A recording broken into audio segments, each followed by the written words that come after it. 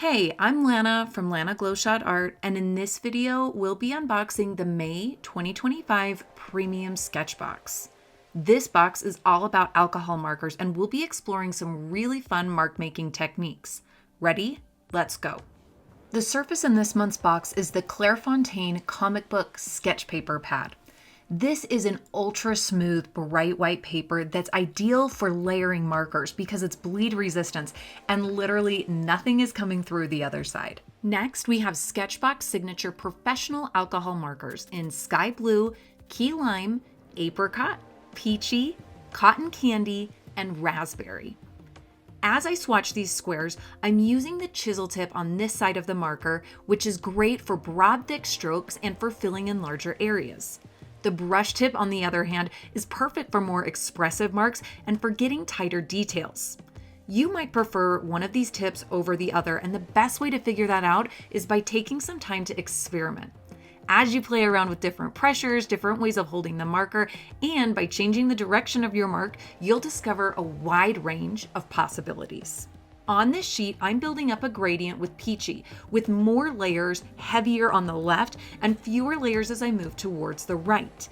Now, on the opposite side, I'm doing the exact same thing in reverse with Sky Blue. As your colors begin to overlap in the middle, they'll start to neutralize, which creates a wide range of neutral tones. You have so many colors in your alcohol marker set, which will give you a lot of opportunities for color mixing.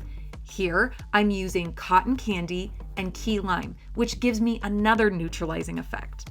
Get curious about the colors that you can mix this month.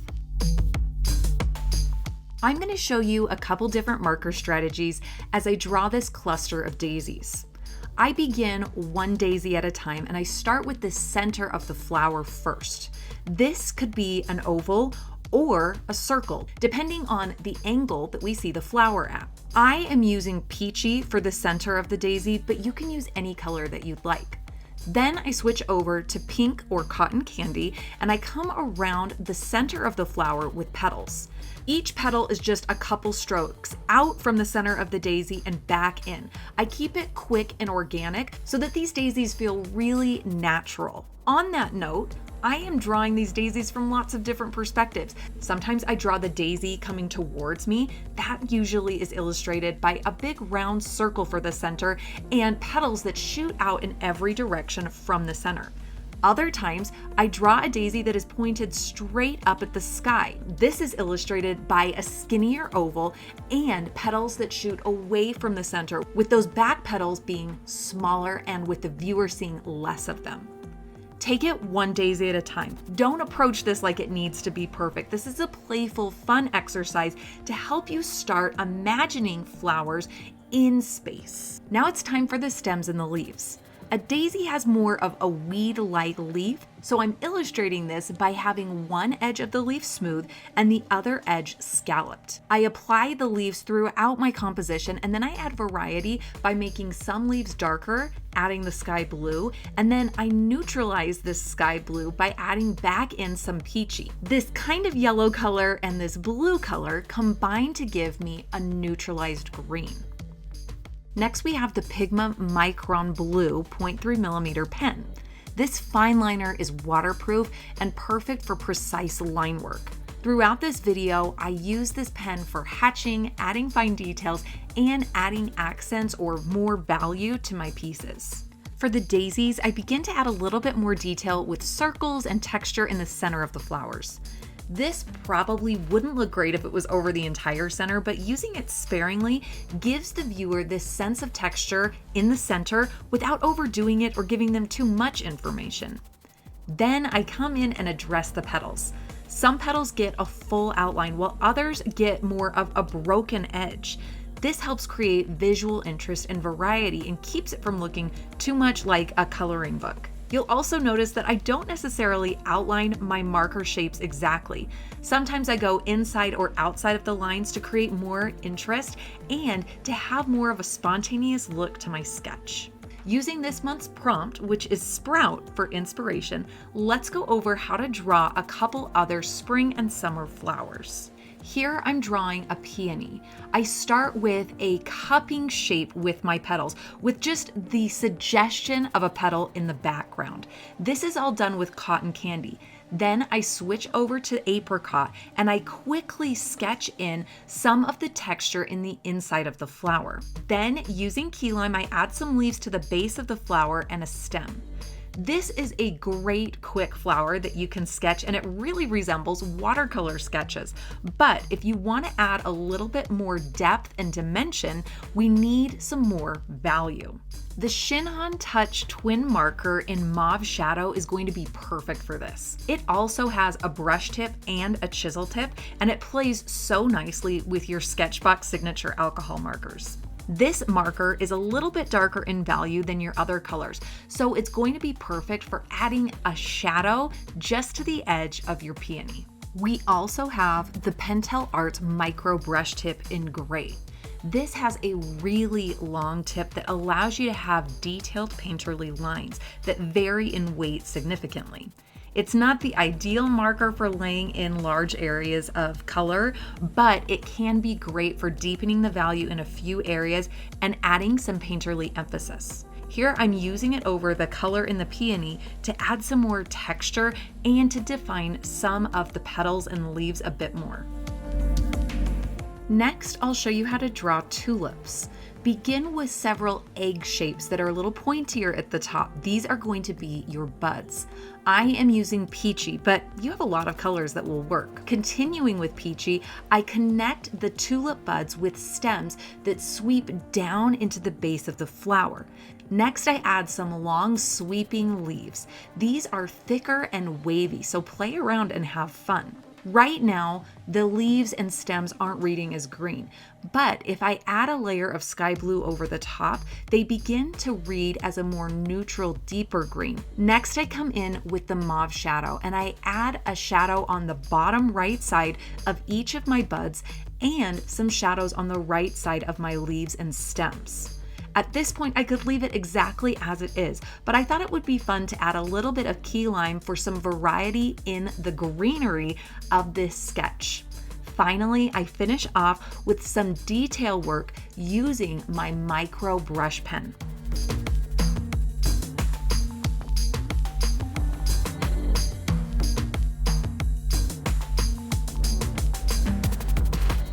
The last flower I'm going to demonstrate requires a really playful, spontaneous mark. Notice how my brush tip is bouncing over the surface. It's going in a lot of different directions, and this is helping to create all of the little petals. Don't get too rhythmic or too patterny with this. I want it to feel super spontaneous. I'm going to continue on with the same light source coming from the top left, and I'm going to use my mauve shadow to add some dimension to these flowers on the bottom right side. This is the kind of flower that I am going to demonstrate in the final piece for this video. After finishing up with the sky blue, I switch back over to cotton candy and add one more sprig, so I've got a little bit of variety in the color of these flowers. The last material in this box is our retractable jelly roll pen. To get the pen nib out, all you need to do is give the back a gentle press. This pen works amazingly over the top of your markers in this box, and you can use it to add some more dimension and to encourage the sense of a light source in your florals.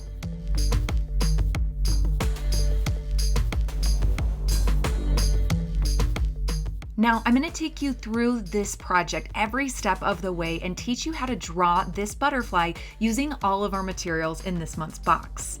Start with your lightest color in a given area and build up your basic shapes. You can layer these markers a lot, so start a little bit smaller and maybe your shape gets bigger as you refine and tweak it. Focusing on the basic shape of your butterfly and the basic shape of your flower is going to train your brain to see shapes in the world around you, and it's going to help you improve your drawing skills. So far, I've used peachy for the butterfly, cotton candy for the flower, and now I'm using key lime for the stem and the leaves. This stage of the drawing is complete now, and I can move on to building and layering up the texture. The next stage of this drawing is to look at where the value is darker. Value refers to the lightness or the darkness of a given color. And here I'm using apricot for that back wing that's a little bit deeper in color, and my mauve shadow for the shadows on the underside of the bottom wing and the shadows throughout the flower. This helps me get a sense of where the light is hitting the flower and the butterfly and gives me a really good sense of lighting throughout my piece. Notice that I have not gone into details at this point. It's all basic shapes still. There is a lot of texture in this flower so far, but I can add even more and get the color more specific with a layer of the raspberry. I'm continuing to use that fun, dancey mark throughout the flower, and I'm not getting super specific on is every petal in the exact right spot. Instead, I'm looking at how it reads generally. As I add specificity to the flower, I'm also adding it to the leaves and the stem. I use a combination of sky blue and that peachy color to help add variety and depth to the texture of the leaves. Notice there's that extra flower over on the right that I added earlier. You don't have to stick to a photo reference exactly. You always have permission to add things on or subtract things that you don't feel resonating with your artistic vision. Now I'm using the Pentel Micro Brush Pen to add in all of that black pattern to the monarch butterfly. Notice how much more efficient this is to start with the layer of oranges and then add the black on top, rather than starting with that sketch of all of the texture in the butterfly wing and then trying to fit the orange in between each of those little spaces. Being really strategic with layering your supplies can totally change your experience with your materials. If you are having a difficult time using your brush pen, don't give up, keep practicing, but for this project, you might choose to use your Micron pen. This tool is definitely easier to learn how to control, and it can add some really fun, unexpected color and design to your butterfly wings. But one thing that I love about the brush pen is its ability to play around with weight so intuitively. Here in the antenna, I'm pressing a little bit harder in some areas and then lightening up for this really artistic mark. And of course, it's a great idea to pull those playful, creative marks throughout your entire drawing so that you have a sense of cohesion. Here, I'm bringing it into the stem, the leaves, and the flowers. For this piece, I used the Micron pen to add a little bit more depth to the gray marks that I added into the wing. I also used this mark to deepen some of the shadows in the flower that I wasn't able to get as dark as I wanted with just my alcohol markers. Here I have this hatching mark that allows me to push the shadows back a little bit more. Adding in the white details to the wings was one of my favorite parts of this project. It was so easy to go right over the top of all my materials, and I love that I didn't have to reserve all these little white spaces to really get this pattern to pop. I thought that applying a blue background would really make the butterfly and the flower pop, but putting in a solid background with marker can be really intimidating because I know we don't want that streaky look. To avoid the streaky look, I started with a vertical mark that went uniformly throughout the entire background, and I worked chunk by chunk. With little areas like the antenna, I went right over the top of them. This was a waterproof pen, so it's not going anywhere when I apply marker over the top. Then I went over this top area with several layers until those vertical marks began to disappear. Now keep in mind, they won't disappear entirely. You will still have some of the mark. That's part of a marker drawing. But you can control the look of your mark with a little bit of forethought and precision. I felt that this drawing needed to be tied together with a little bit more of my Micron pen, so I added some definition to the leaves, and now this piece is complete. I hope you learned a ton about working with markers, and we can't wait to see what you create. So be sure to use the hashtag SketchBoxMay when you post your work online. For more unboxing videos and tutorials, you can check out our YouTube page where you can like and subscribe. Thanks so much for watching. See you next time. Thank you.